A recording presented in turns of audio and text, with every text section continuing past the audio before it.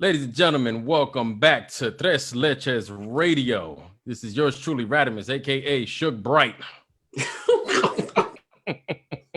Oh, Classic. oh. Tres Rojo.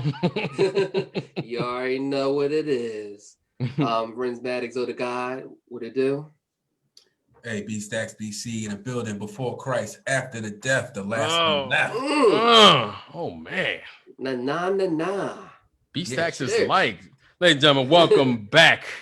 We appreciate y'all coming in. This is our last episode for the year. So this is the end of these don't really work in seasons, but this is the last episode for 2020. We got something really nice lined up for y'all. If y'all been following along, Renzo, why don't you let them know what we're gonna be arguing about today?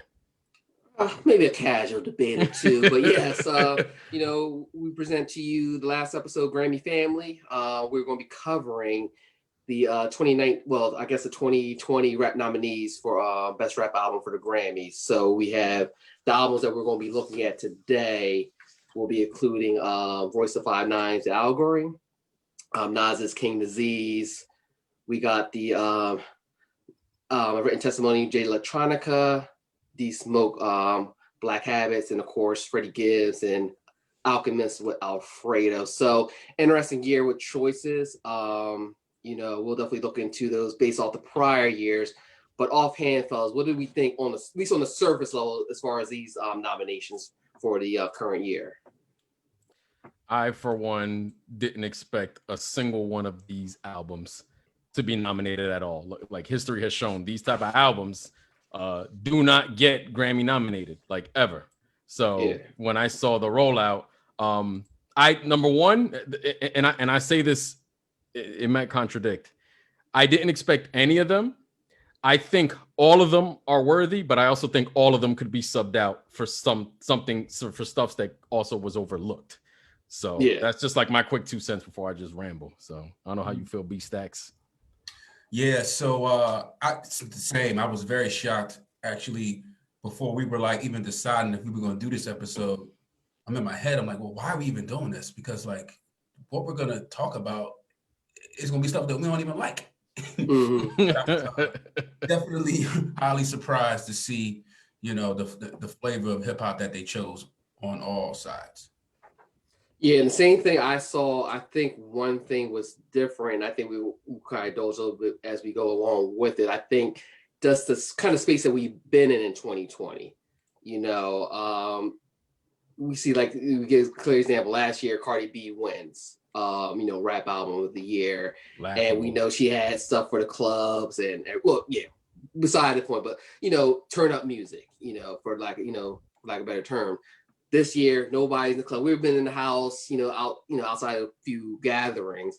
We've been in the house. I think this year, with the albums that have been presented here, were albums that you had to actually kind of sit down and listen to more. These weren't albums that you could say, oh, I just like the beat. It's like, oh, I like the beat, but I like the substance with it. I think when we look at pretty much all these albums, all of them have in some form, some way, some pro-Black themes to them. Gives not as much, but when you look at Black Habits. I want to say it. I'm like, you sure? Well, there's Skinny Suge. Sprinkle stuff, but I mean, we look at Black Habits, we look at King's Disease, the Allegory, especially Written Testimony. It's very, as far as more the consciousness, as we were talking about earlier in the year, as far as is there still a place in 2020? Obviously, the Grammys thought that there was a place for a lot of the nominations this year, so it was kind of refreshing, but when we look at people like Public Enemy, who never been nominated, Ice Cube, Nas, who still never won a Grammy, the fact that it took this long for, these type of albums get more recognition, it's good now, but it's also kind of disheartening, on the same token as well, of course. It's funny. This is one of the years where every nominee, there's no youth represented here. Like if you go through the history of like the rap album Grammy, since like this category was created in like 96 or something like that, right? I think we 95, yeah. 95. Yeah. Like it was covered. Naughty won the first one. Yeah, right. And Tretch, episode 1. And, yes. You know what I'm saying? And all of them got it early, but it wasn't televised. Well, no, but that was for rap singles. Like at the actual rap album, though, the rap album category, yeah. But what I'm saying is, when you look at it, even over the years, even when it was people that I felt didn't that the album wasn't worth it, it was always some kind of like youth that was relevant to the current generation, and this slew of artists doesn't really represent them, and I would actually go as far as saying, and this is just to present the flip side of the coin. You wouldn't say D Smoke is a younger artist? I don't know about no. Yo, so he's like our age. Okay. Yeah, so the average age, and I was reading the article earlier. So the average age for the Grammys this year are the age between 35 and I think 48. The Nas, I think, is like 48. So as you're mentioning, it's not a lot of youth represented. But I also think at the same time is, as far as the younger generation though, what are they really speaking on this time? They're still doing a lot of the turn up music, which is not being represented at all here, in this case, as far as the nominations are concerned. I mean, you got Lil Durk and Fabio on Nas's album, but outside of that, this very grown, mature feel as far as the nominees are concerned. Yeah, and you know what? And this is just the flip side of it for me, because if I never hear a trap beat again, it would be the happiest day of my life. But what I'm saying is, like, I think like the Grammys took a step in the right direction with just kind of presenting these albums as, nominees. But what's ironic is an argument somebody could come up to us and argue that this category, though it's a step in the right direction, that it's actually not balanced, that you're only showing one side of it. Now, the counter side of that is like, well, what's been presented for the last however many years, right? Mm-hmm. But if you look at what's presented, you could still argue that the nominees, I'm not mad at any of these nominees, right, that it's not technically balanced. There's people who like, and Renzo, we kind of mentioned this before, I couldn't go anywhere without hearing about like a Lil Baby, or hearing about a Lil Uzi Vert. Like these guys have followings. Again, I am not part of that following. But what I'm saying is, there still is an audience left out here. So can a rap Grammy, could this category, could it be more balanced this year? I know, like, I like the way it is now, but could it be more balanced, technically speaking? Well, here's my counter argument to it real quick, though, and then, B-Sax can chime in. My counter argument is, in theory, and I'm looking at how the Grammy is supposed to be in theory. This is not, we're not talking about like the Billboard Music Awards or the American Music Awards, where it's more of, your flavor of the month, who's the most popular. The Grammys, in theory, is supposed to be more of the artistic side, as far as what are you presenting as, pure art. That's how I always, examine the Grammys, how it should have been for our category and for our culture, which it hasn't been in many of the years since, this category has been established. I think this is one of the first years is truly reflecting on the art of the craft here. And we're pretty much saying, hey, you might be the most popular kid, but there's no playback at this point. These albums that are nominated here have legit playback, where even 10 years from now, we can say, you know what, that was a good album that was selected. Like, come on, we seen, who's going to be talking about Cardi B, album 20 years from now? It's like, yeah, that was a excellent decision. Even a year later, we're saying it's a trash. That was an excellent decision. I understand in theory what you're saying, but I look at this more about, this is the artistic level of the award, not a popularity contest. So I'm not really mad at a Lil Baby or a Pop Smoke manager like, who's D Smoke? Well, no disrespect, Pop Smoke, but this album to me, what should not even in no type of running for album of the year. That's my piece, and ain't no disrespect to him, but Personally, I like all the choices, but it felt forced. It felt like they were making a little bit. Like they were making up for the last 30 some odd years of just horrible. Yeah. And it felt like they picked one of the same, like 5 of the same albums. You know what I mean? Like, it kind of takes away, I don't know how we're going to look back on this, but it kind of takes away, whoever wins, it's kind of just like, all right, like they all could have won, but it all has the same token. There's definitely groups of music that weren't represented in hip hop. So I don't know. I think this one will have a little asterisk next to it, even though they finally got some panelists and they finally got some equality and a brain. But I think this still got an asterisk to me because they just feel forced. Mm-hmm. Yeah, I do think it's to counter it. Again, I just present it as the flip side of the coin because I know like Brandon, I know you have like in your field, right?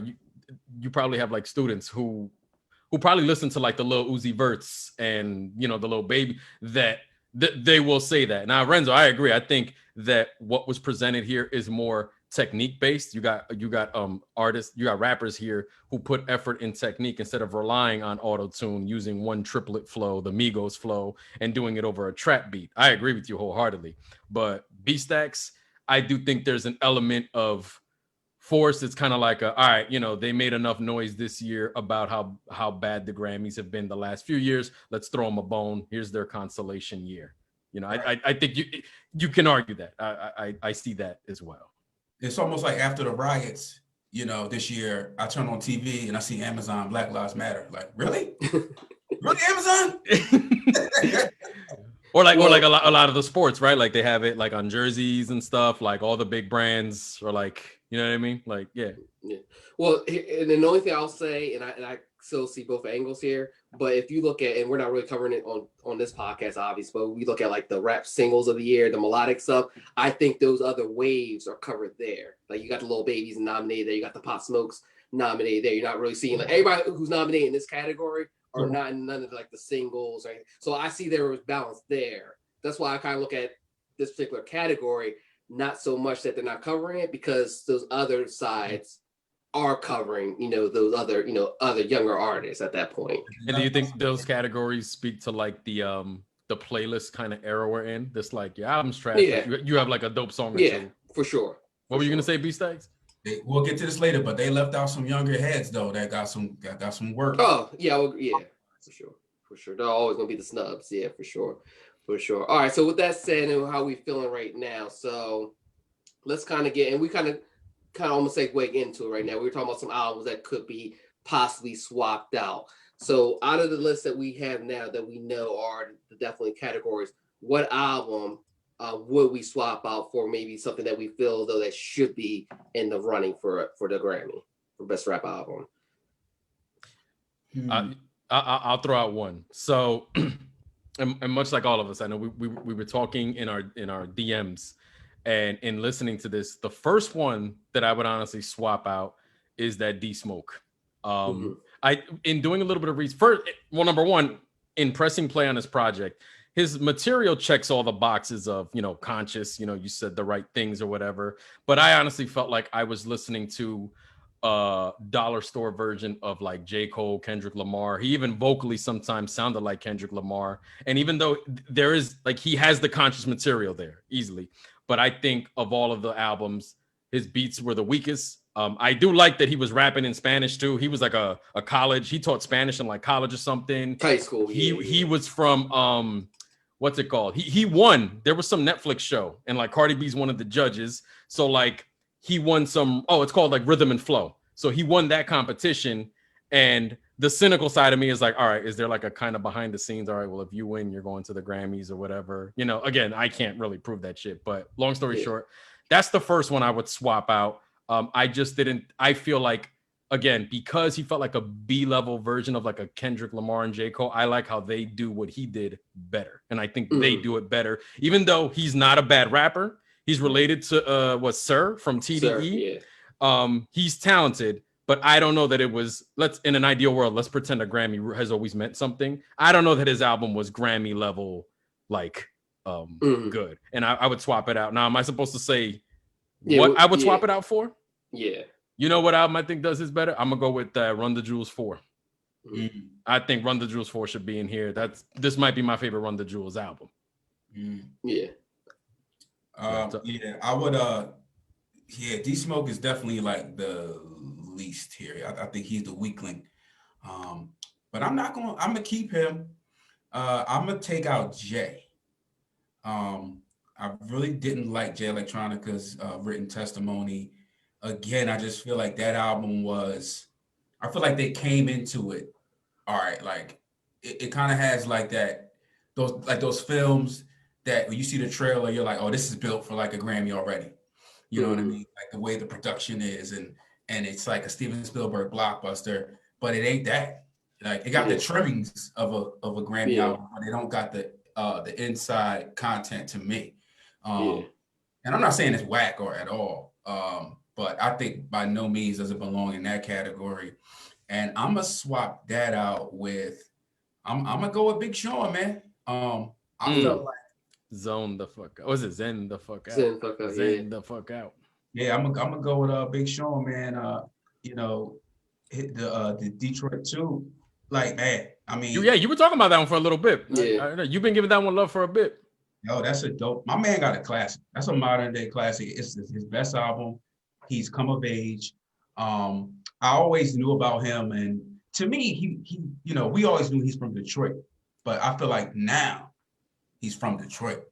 Like he got that body of work now. So they don't have to be ashamed of him. Right. Like you got Erica on there, Dave is on there. You know what I mean? And they don't just jump on nothing. You know. Yeah. Every song is all that, and Big Sean again he speaks to, you know, he's kind of been more of a party rapper, commercial, you know, in those circles with like a Drake.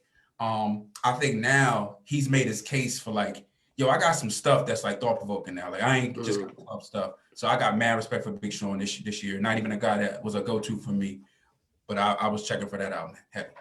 Yeah, and I know you've been mentioning that heavy. I'm probably going to eventually get into it. It's just that I just, you know, most of the Big Sean stuff I couldn't get into, but that Zen the fuck out one, especially when Ray threw on the God Body playlist, you know, definitely was the vibe for the workout grind. I can't even lie about that. Why that joke? That shit goes hard. That shit Well, goes so hard. Zen the fuck out. Language. I mean, I got a couple extra pumps in on the weights on that joint. I ain't gonna lie. When I was about to struggle, I'm like, ooh. Fucking Renzo Schwarzenegger over here. Look at my biceps. Got his holiday workout plan coming out soon. Oh man, but crazy. But yeah, I'm kind of on the same wave as you, Brandon, as far as swapping out the written testimony. And I don't. It seems like I'm on a Jay Electronica hate, and I really don't want to be on the hate. You've hated him all year. You've hated him since March. I know. It started with Hang Up the Mic. It went on Don't Believe the Hype, and now we're here. It's like this wasn't an album that we were waiting for 12 years. So it's hard for me to have this album be nominated for one, even though it's not a bad nomination. But two, if this album actually wins, you know, I was going to play because this is more about the other Jay-Z, you know, and I think that's the politics right there. Yeah. And that's how I just really feel about it. I think, and there's nothing to take away from Jay Electronica, a credible rapper, but like, I didn't wait for 12 years for a dual album that you're trying to market as a solo album to be nominated now for Rap Album of the Year. I will still keep these smoking. I know how you were feeling, Ray, as far as this comparison. I think part of it, you know, the Cali, he's Watts. But it's funny, when I first heard it last year, or early this year, I can't remember if it came out late last year or the beginning of this year. I think it was like late last year. But I remember listening to it and I'm like, wasn't kind of like let down by it, but I'm kind of like, well, it's cool, but it's not cool. It wasn't really till I played it about a week and a half ago.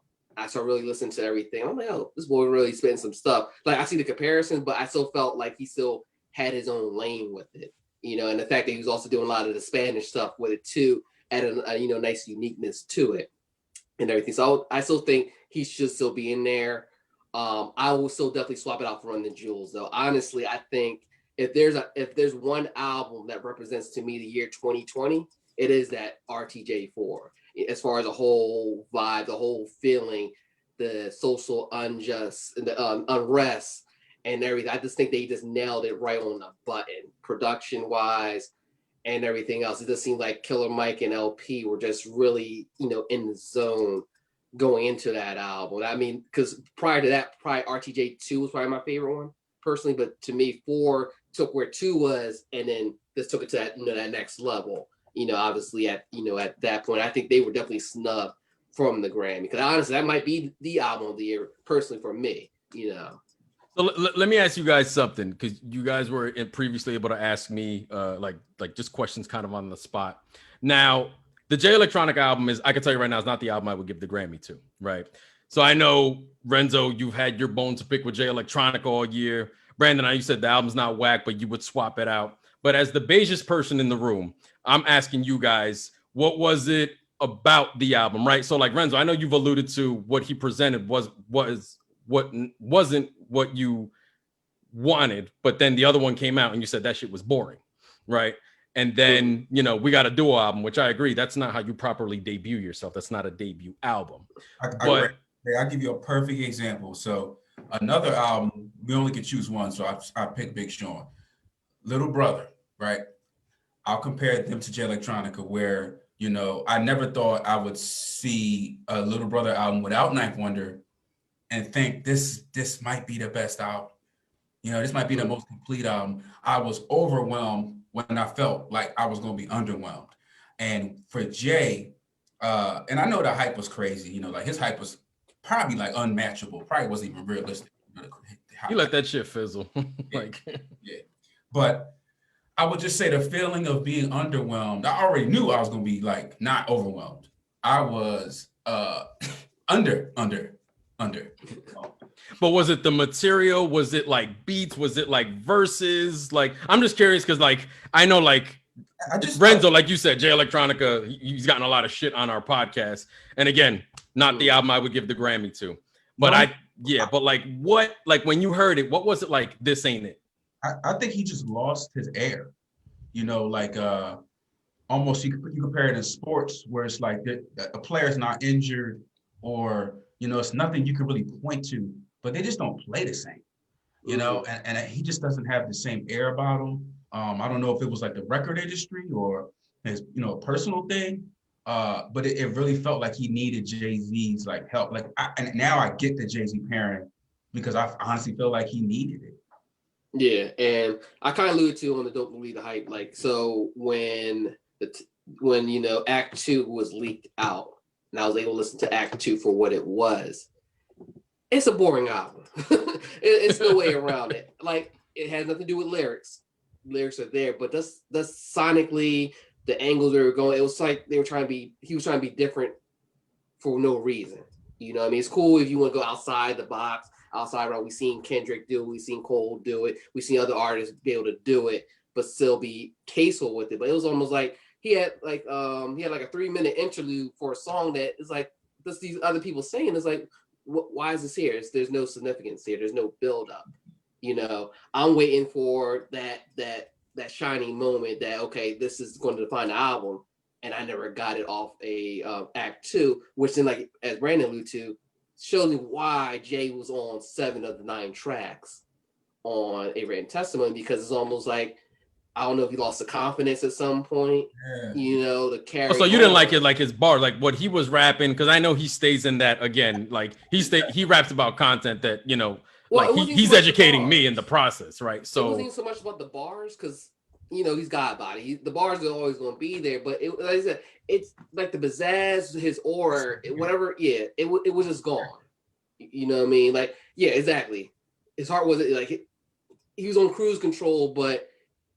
So you saying you feel like he was just going through the motions, here's a project, here it is, and that was it. I went to go try and listen to the Act 2, and they already took it down, so I didn't even get to freaking hear it. I'm your pusher, man. I got you. I don't know if this is gonna be it for Jay, but other artists have done it in the past. Like Melvin Flint with Nori, Raekwon's second album. I like those albums because I like those artists, but if I'm going to be honest, Raekwon, he just ain't sound like he was there in the Mobile album, second album. Yeah. So it just feels like a certain energy, a certain something is just not. And think about this, and this is one thing he said in the interview and even on the album, I got Jay on my debut. And he kept putting so much strong emphasis, dude, you were supposed to be the one. Why are you so hyped that Jay's on your album? You're supposed to be solidifying your legacy as an artist, and you being so hyped that you got Jay on all these tracks I can't put you on that same level anymore. I had him ranked up before I was even on the Kendrick and Cole wave. I said these dudes are not messing with Jay. I'm like, this is the one. Everybody else that's his children. That was the opposite. You know what I mean? He's the oldest. You know what I mean? But so he's looking up to them. Do you think Jay-Z sounded weak on this album? No, he sounded fresh, but then again, every time they're matched together, that's when you really see Jay spit his stuff, because at that point he doesn't really care, and I think a lot of that has to do of his status now, because Jay wasn't talking about God body on this type of level until he had Jay Electronica really in the fold on Rock Nation. That's when he was saying Bismillah and all that. He was saying all that shit on there. Yeah. So I feel as though he was comfortable because remember, it's not his album, so really people can't come say, "Hey, this is not the Jay-Z we know." It's like, no, this is Jay Electronica's album. I'm just quote unquote featuring, So it's a good album for what it was, but like I said, we were expecting Jay Electronica as Jay Electronica, not Jay Electronica with special features all throughout of Jay-Z. And even putting Jay aside, like you guys that like, even if it said like Nas or somebody who can rap about that stuff, would you have still felt the same way? Like, yo, I don't want anyone on this album. Jay Electronica.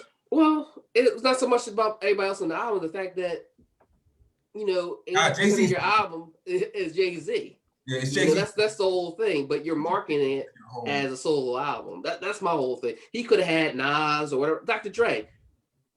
Came. So you would have preferred? Oh, you would have preferred another pairing if he's gonna go with a pairing, like somebody who's.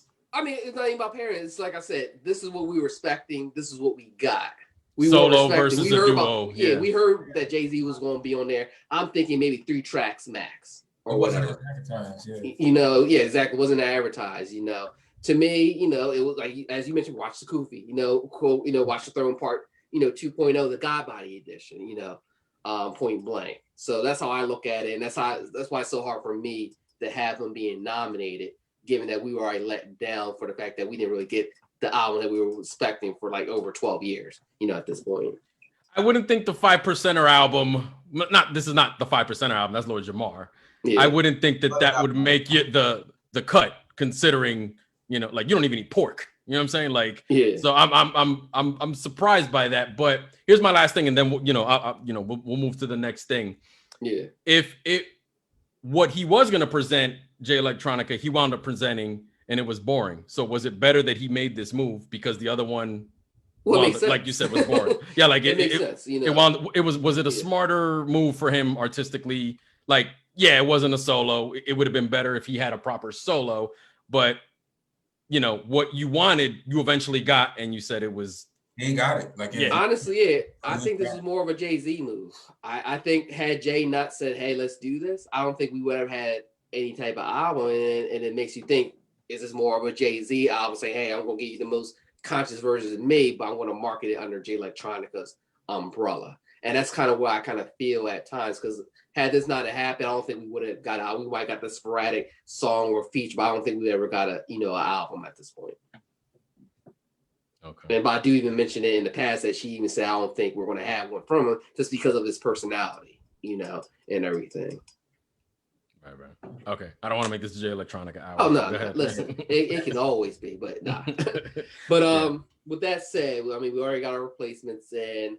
I guess we can kind of now indulge, because we already know these are the 5 albums that we're dealing with as far as album of the year. Of the ones that are listed and that have been presented to us, who do we think should get that nod as rap album of the year, and why? Oh man, I'm gonna say I'm gonna go with No Winner. Winner.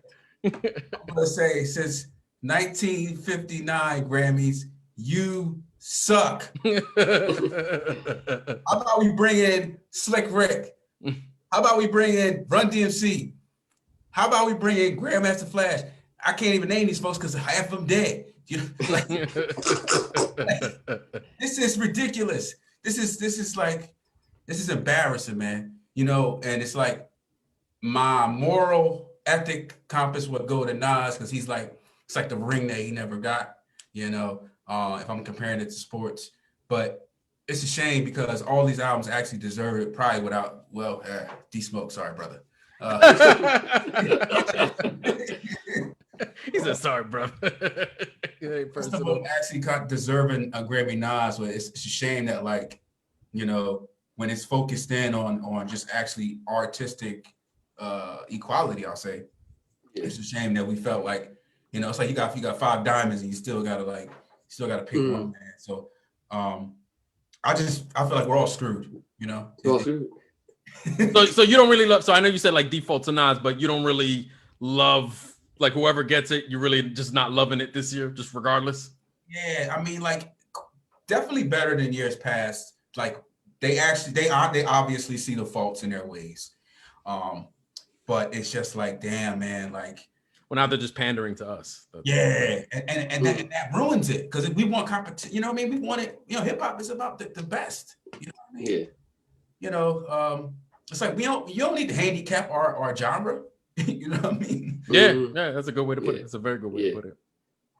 Yeah. All right, so I'll follow up to that. I go Ja Rule, man. It's murder in 2020. Yeah, look. Ja probably got a Grammy. Y'all, maybe not for album. He probably like a single for Always On Time I'll or say some single. shit. Yeah. Definitely writing credits, you know what I mean, with J-Lo, especially in early years. Yeah, I'm kind of in your boat, Brandon. Like, I would just kind of default this to Nas. You guys, I like King's Disease. I don't by any means think this is like a future classic. I can, you know, I said in the previous episode, Nas has 5 albums that's better than this album. I wish that he had a Grammy for albums of his that are really on that up there. You know what I'm saying? So the only thing is, even if the Grammys don't matter, I like the idea of hearing the announcement, Grammy award-winning rapper Nas, because you know what the Grammy should represent, he is worthy of. You know, I think like I said, I think it's a good album. I like it better than every other album on here. Royce would have been my close second. But yeah, like I said, it's kind of a consolation prize because it's my bias of I want to see Nas just have a Grammy, but then we kind of become hypocritical because we opened up the episode saying the Grammys pretty much don't mean shit. So yeah, well, right. You know, Nas is Nas without the Grammy. Right. Yeah. So before you go, and I feel like Nas probably will get it, but it feels like it's his year. I gotta be honest. It's in the air. It feels like it's him. It feels like it. But it's almost like when Denzel took home the Oscar for Training Day, and like he did Philadelphia. He did so many more. Malcolm X. Yeah. Why Denzel had to be crooked before he took it, right? Like, yeah. Talk and breathe. Similar to that, and similar to Leo also, when you know Leo finally got the nod. Yeah, that's a real good example. They had like way better stuff, and it's just like, you know, as long as it happens, right? But it's just like, yo, you do realize you missed all the, like Nas has been nominated for Rap Albums of the Year before. This ain't his first one, but it's just this is the year where you look at he's the biggest name on this lineup, so it looks like, you know, it could favor him. So, and like I said, so he's my choice. I would like to see Nas win it for whatever the Grammy actually means in 2020. Yeah. I'm gonna get like I guess a quick breakdown. We already know how I felt about Jay Electronica, so we're not going to be discussed. But I want to at least break down some of the other artists since we really haven't touched on them as heavy so far in here. So when I look at like, for example, when we look at Alfredo with Freddie Gibbs and Alchemist, which I think was a solid album, I think that's almost how we kind of lead to almost like a makeup to Freddie, because Bandana, you know, him and Mad Lib should have been nominated last year, you know. And I think this was a way the Grammy saying, hey, we're gonna slide you in here for Rap Album, because dope album, but if we're talking about Freddie in his best, we know who he works the best with. Yeah, I don't think this is Grammy good. I don't think Grammy good, you know, I'm not mad at the selection, but I think it was a makeup.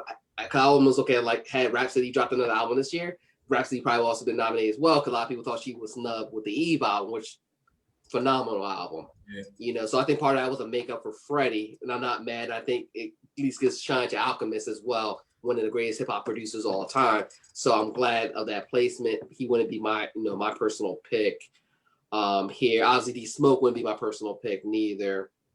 But it comes down to, as we already mentioned, like Nas and Royce. I mean, we're looking for album. I think Nas had the perfect balance overall, as far as bridging the gap between the generations. Like, say, he had some of the younger talent on there, people that we didn't think he will mesh well with. I mean, he had Big Sean on there, you know, Fabio, as we mentioned, Lil Durk. So he was able to bridge the gaps. And I think he did it in a way where he didn't really compromise his style or his integrity. It was probably the most well-balanced album in Life is Good. You know what I'm saying? And it was really no filler on there. It was like, 37 minutes, you know, in and out on there. I think he should get the award. Like you're saying, it's almost like a Training Day situation with Denzel, but I still think it's a good enough album to still feel respected about and happy about that you got it for that, you know, that piece of work. But man, Royce, I mean, I don't even know where to begin with Royce other than that, like, you know, And you got a more complete album than Nas, I think. You got a more. That's well, I think I would say better album because I just felt it was a little too long, even though it was about maybe 68 minutes. It does teeter on the long side a little bit. Yeah. I think Royce, if it was maybe just even 10 minutes shorter, and that album really grew on me because when I first heard it, I think within a week and a half, I'm like, oh, I don't know. But the more I listened to it, and Royce is just in such a pocket, as far as what he wants to do, what he's projecting. So honestly, if Royce wins, I'm just happy he was nominated, after being in the game so long.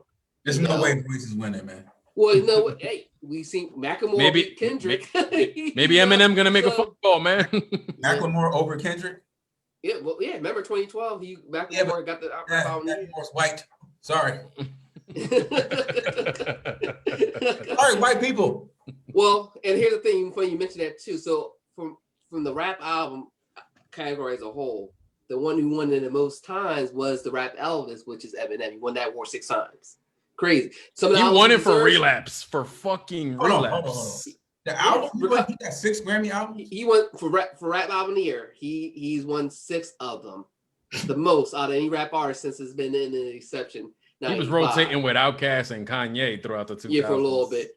And like I said, he got 6 classics, huh? It's somebody with 6 classics. Yeah, damn, look at that. He like Skyzoo. Now Eminem. Look at that shit. You know what I mean? But yeah, so I mean, a lot need to be done. I'm looking at the war segment just for this particular year. I mean, like I said, I could have took it back like you did and felt that, that bitterness. And I think that would have been easy to do, but I just want to look at it strictly for what it is for these particular artists. Because to me, at the same time, it's almost taken away from them because then, they shouldn't be collateral damage because we have seen that. Because Life One is part of that voting panel now, bringing albums. And so I'm hoping, that this is a sign that we're going to start seeing more balance, between consciousness, underground, indie, whatever, with the mainstream, that we have better levels. We don't have one extreme to another. So you gotta have a certain balance. I think that's what we're going to start seeing, hopefully, knock on wood, in the future. That's why I didn't want to go on this thing like, it's a default win or whatever, because I really don't care about the Grammys either.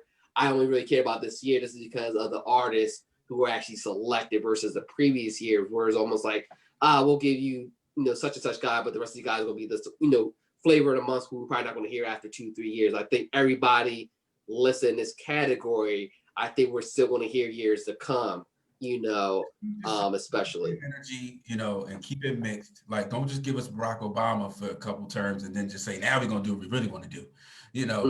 Keep it, just keep it paced. Yeah. So if somebody like Nas or Royce wins the Grammy, like, does this make you care about the Grammys now?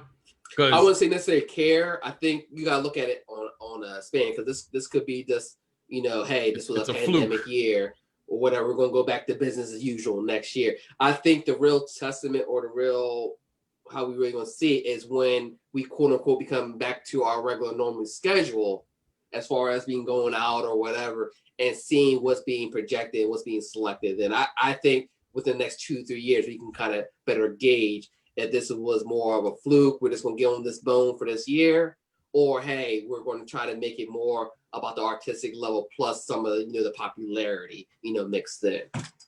Yeah. What happens later on, year, 3 years, 4 years, 5 years from now will determine whether this year was meaningful or not.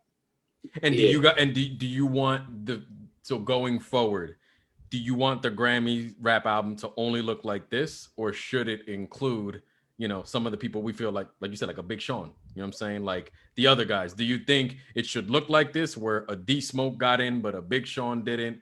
You know what I'm saying? Or should balance is key. Should it look like this? We should have balance on both sides of the equation. With anything, we should have, like I said, one extreme versus another extreme. So yeah, should we have a Big Sean? Should we have the Lil Baby segment? I think absolutely, because that's still speaking for the current climate for that generation. We don't want to make this isolate, making this a old head rant versus a young school or whatever. And that's one thing Royce was trying to do before, because he even tried to get Lil Uzi Vert on the Prime album, because he wanted to have that balance. Didn't work out, but you definitely need to have that balance so there's not so much of a disconnect. I think our genre of music, more than any other genre, has such a disconnect as far as the generational gap within the culture, and that's something that we need to work better on, obviously at this point.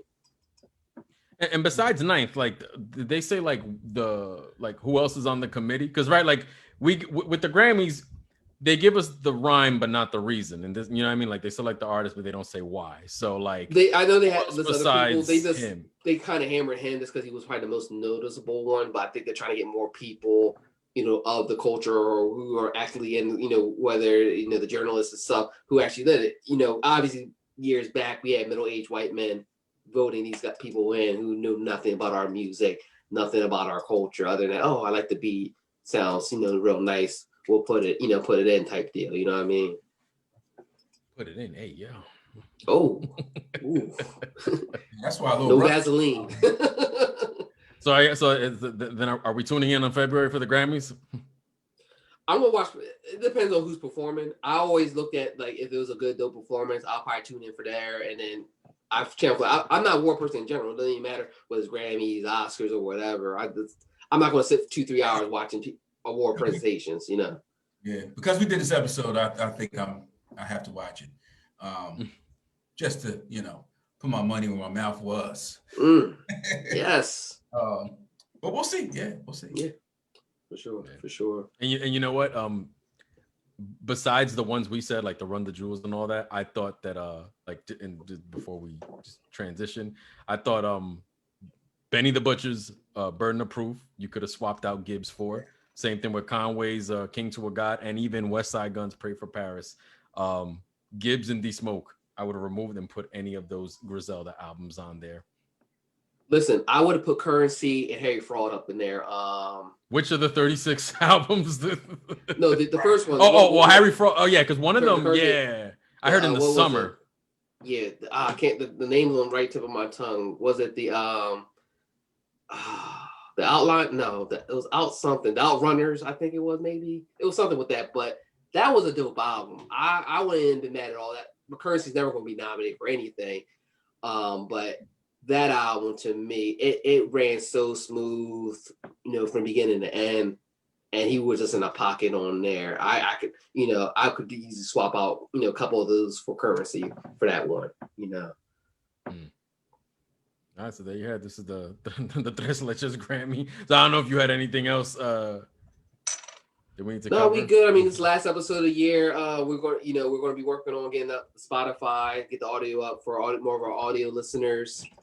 For next year, so we're definitely gonna be making some moves, and we just want you to hang tight, hang tuned. You've been rocking out with us. Continue to rock out with us. That's fine. Yeah, appreciate everybody who was rocking since episode 1. We're going to continue to improve, get better, evolve.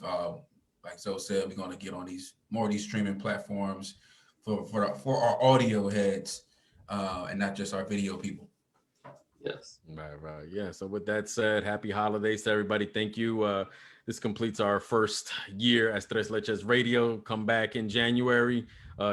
Check us out on our socials. Again, we are Tres Leches Radio on everything. Tell us what you thought of this episode. Who did we leave out? Who should win the Grammy? Who should not? Or are we just boycotting the Grammys? So let us know. And with that said, Tres Leches Radio out. Peace, bless up. See y'all in 2021. Peace.